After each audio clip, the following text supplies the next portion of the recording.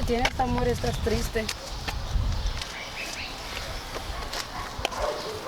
Mi amor, tengo algo que decir. Dime entonces. Mi amor, no hay que enojarse conmigo.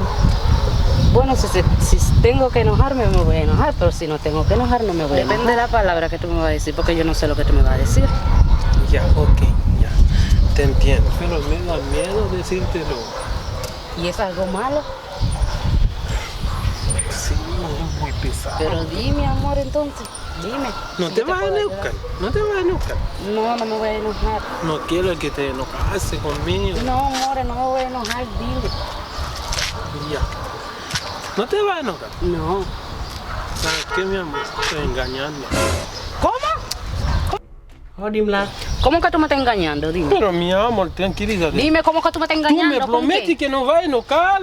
Pero yo no sé, dime con qué tú me estás engañando. ¿Con una mujer tú me estás Tranquilízate. engañando? ¿Con qué tú me estás engañando? Sí, sí, tranquilo. Pero dime, ¿en Lo qué? siento, mi Cuéntame. Date rápido que no tengo Ya, paciencia. mi amor, ya, te voy a decir la verdad. Te voy a decir la verdad. Estoy engañando con la paca. ¿Con qué? Con la paca, mi amor.